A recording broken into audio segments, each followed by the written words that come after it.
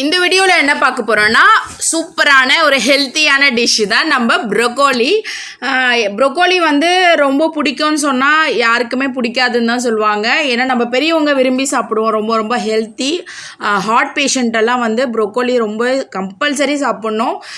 Bypass already heart operation பண்ணவங்க, அதுக்கப்புறம் நிறைய ப்ராப்ளம் ஹார்ட்டில், ஏன்னா அது ரொம்பவே ஹார்ட்டுக்கு நல்லதுன்னுவாங்க. ஒரு சில வெஜிடபிள்ஸ் சொல்லுவாங்கல்ல, ப்ரோட்டீனுடைய நிறைய இருக்குது, அதில் ஃபைபர்ஸும் அதிகமாக இருக்குது. அதனால் நம்ம ப்ரொக்கோலி எடுக்கிறது நம்ம உடம்புக்கு ரொம்பவே நல்லதுன்னு சொல்லலாம். ஆனால் குழந்தைங்க விரும்பி சாப்பிட மாட்டாங்க ப்ரொக்கோலி. இப்போ நான் வந்து இந்த ப்ரொக்கோலி வந்து எனக்கு 30 ரூபாய்க்கே கிடச்சிருச்சு. ஏன்னா நான் ஆன்லைனில் தான் ஆர்டர் பண்ணேன். எனக்கு ஆஃபர்லேயே நல்லாவே கிடச்சிருச்சு. ஏன்னா வெளியில் வாங்கினா 50 ரூபானே சொல்லலாம். நம்ம ப்ரொக்கோலியை வந்து எப்பவும் போல் ஹாட் வாட்டரில் உப்பு போட்டு வேக வச்சிடலாம். ஒரு 5 மினிட்ஸ் வெந்தாலே போதும் ஹை ஃப்ளேமில். இந்த பக்கம் பச்சையாக வெங்காயம், தக்காளி, இஞ்சி, பூண்டு, பச்சை மிளகாய் எல்லாத்தையும் கட் பண்ணி வச்சுருக்கேன். அது எல்லாத்தையும் நம்ம பச்சையாகவே இப்போ நான் அரைக்க போகிறேன். எல்லாத்தையும் மிக்ஸி ஜாரில் போட்டுருங்க. இது கூடவே வந்து சோம்பு, சீரகம், அதுக்கப்புறம் கொஞ்சோண்டு வெள்ளை எள்ளு போட்டுக்கோங்க. பட்டை, கிராம்பு, மசாலா பொருட்கள் போட்டுக்கோங்க. பிரியாணி இலை போடாதீங்க. மற்ற என்னென்ன மசாலா பொருள் இருக்குது இது வரைக்கும் போட்டால் போதும். நான் கொஞ்சோண்டு ஒரு வெங்காய தக்காளி மட்டும் தனியாக குட்டி குட்டியாக வதக்கிறதுக்காக அரிஞ்சு தனியாக வச்சுக்கிட்டேன். இப்போ நமக்கு ப்ரொக்கோலி அந்த பக்கம் வெந்துட்டுருக்கு. இப்போ நான் என்ன பண்ணுறேன்னா, இப்போ நான் எடுத்து வச்சுருக்கேன் இந்த ஜாரில் இருக்கிறத அப்படியே வந்து நான் அரைக்க போகிறேன். நீங்கள் வந்து வதக்கி அரைச்சிங்கன்னா அது ஒரு டேஸ்ட்டு கொடுக்கும். டக்குன்னு ஒரு 10-15 நிமிஷத்துக்குள்ளே நம்ம ரெடி பண்ணிடணும் சப்பாத்தியும் இந்த ப்ரொக்கோலி குருமா. இதில் ஒரு சீக்ரெட் இன்க்ரீடியன்ட் சேர்க்க போகிறேன். அது ஃபைனலாக சொல்கிறேன் இதோடைய டேஸ்ட் என்னன்ட்டு. இப்போ இதை அரைச்சிட்டு வந்துடலாம். ஓகே, இப்போ நமக்கு ப்ரொக்கோலி வந்து நல்லாவே வெந்துட்டாங்க. ஒரு 10 நிமிஷம், ஒரு 5 நிமிஷம் தான் விட்டேன். நல்லாவே தெரியுது நமக்கு. நல்லா கொதி வந்து கலர் கொஞ்சம் சேஞ்ச் ஆகிடுச்சு. ஸோ அவங்க ஆஃப் பாயில் வெந்திருக்காங்க, போதும். மீதி ஆஃப் வந்து நம்ம அந்த கிரேவியில், அதாவது குருமாவில் நமக்கு அவங்க வேகணும்ல, அதனால் நம்ம எடுத்து தண்ணியை வந்து ட்ரைன் பண்ணிடலாம். இப்போ அடுத்து வந்து எப்பவும் போல் இதில் இன்னொரு ஸ்பெஷல் என்னென்னு சொன்னோன்னா, நெய் ஆட் பண்ணிக்கலாம். நம்ம எண்ணெய் ஆட் பண்ண வேண்டாம். அதாவது வதக்கிறதுக்கு வந்து நெய் ஆட் பண்ணுங்கள். அது இன்னும் டேஸ்ட்டு நல்லாவே கொடுக்கும். இந்த நம்ம பச்சையாக அரைக்கிறதுல நான் இன்னொரு இன்க்ரீடியன்ஸ் என்னென்னா, சோம்பும் இது கசகசாவும் சேர்த்துருக்கேங்க.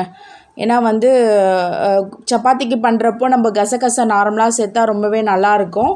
கொஞ்சமாக சேர்த்துக்கோங்க, ரொம்ப வேண்டாம்.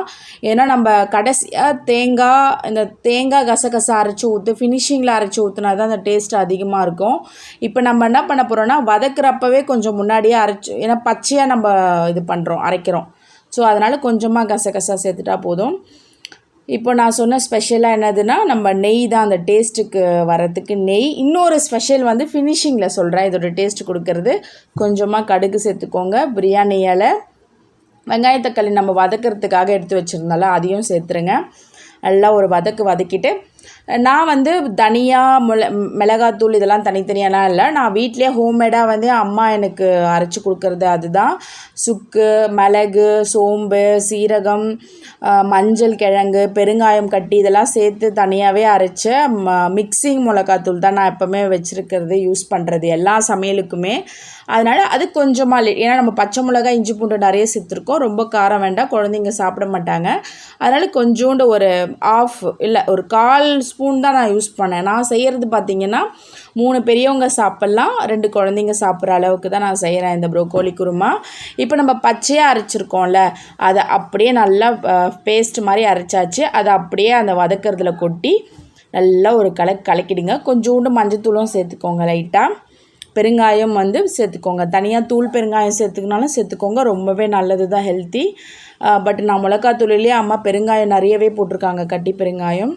இப்போ நல்லா வந்து அந்த பச்சை வாசனை போகிற அளவுக்கு நல்லா வதக்கிட்டு கொஞ்சம் தண்ணி ஊற்றி வேக வச்சுருங்க. நல்லா கொதிக்கட்டும், அதாவது அந்த இன்னும் அந்த பச்சை ஸ்மெல் நல்லா போகணும். ஏன்னா நம்ம பச்சை தானே அரைச்சி போட்டிருக்கோம்.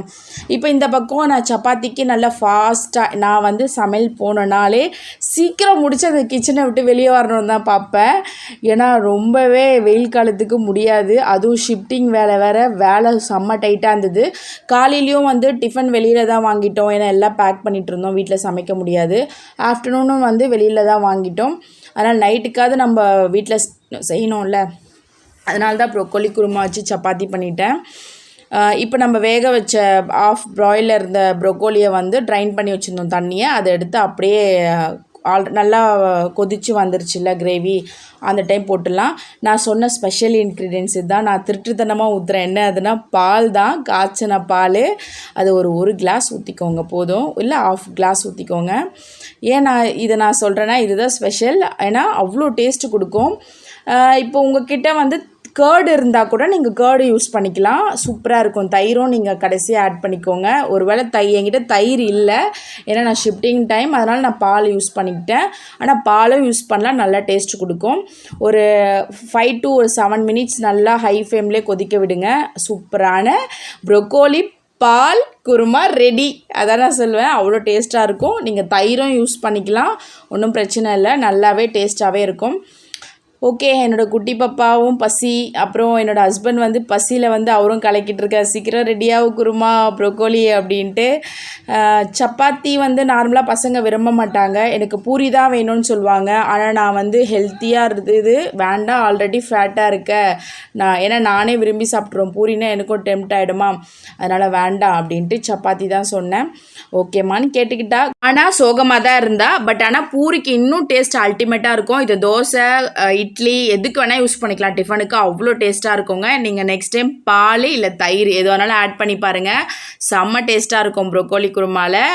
பசங்களும் விரும்பி சாப்பிடுவாங்க, காரமும் ரொம்ப இருக்காது, டேஸ்ட்டும் அது நல்லாயிருக்கும்.